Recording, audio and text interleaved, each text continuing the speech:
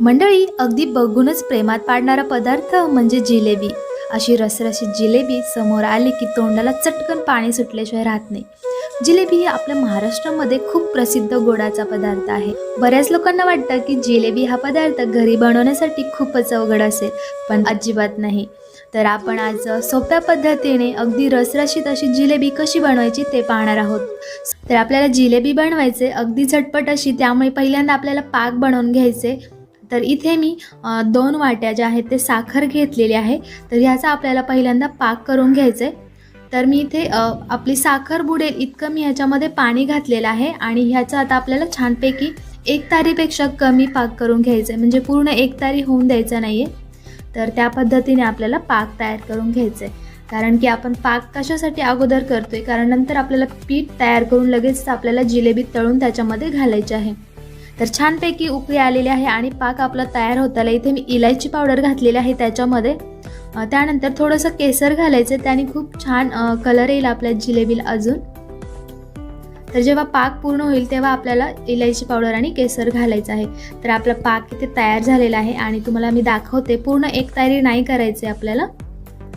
तर मी चेक करते आणि तुम्हाला पण दाखवते.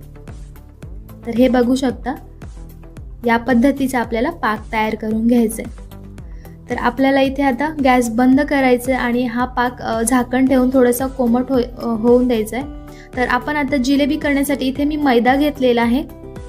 1-2 वाट्या घेतलेला आहे छोटा, आणि त्याच्यामध्ये आपल्याला थोडंसं मीठ घालायचं आहे. नंतर खाण्याचा आपल्याला कलर घालायचा आहे. मी इथं लिक्विड कलर वापरलेला आहे. तर हा पहिल्यांदा मिक्स करून घ्यायचं आहे आपल्याला याच्यामध्ये. ह्याच्यामध्ये गरजेनुसार पाणी घालून आपण चांगलं बॅटर तयार करायचं आहे जिलेबीचं. तर भरपूर जण भिजवतात म्हणजे त्याला, आणि नंतर आपली जिलेबी करतात. तर इथे हे बघू शकता, आपलं इथे चांगलं तयार झालेलं आहे त्याचं पीठ जे आहे ते. या पद्धतीचं बनवायचं, अगदी परफेक्ट होते.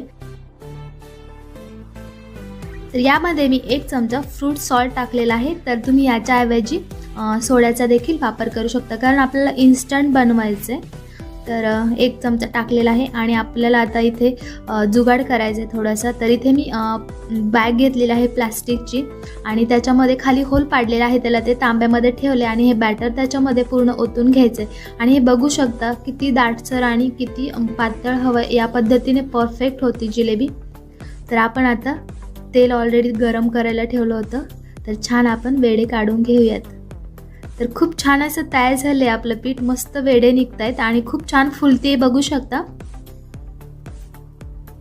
तर यामध्ये तुम्ही थोडंसं तांदळाचं पीठ पण घालू शकता, पण अजिबात गरज नाही असं मला तरी वाटतं, कारण मी बनवली आहे तर मी तुम्हाला सांगते. आणि या पद्धतीने पीठ तयार करा, नक्कीच 100% तुमची परफेक्ट होईल. तर आपण दुसऱ्या साईडने पण तळून घ्यायची आहे.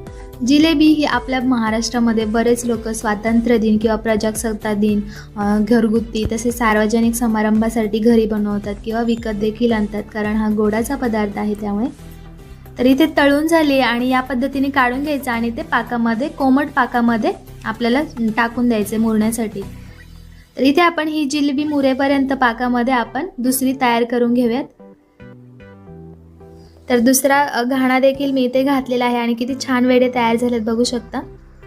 तर इथे मी आता काढते ते वेडे जे आपण पहिल्यांदा मुरण्यासाठी ठेवले होते पाकामध्ये ते, आणि अगदी रसरशीत झाली, बघू शकता तुम्ही.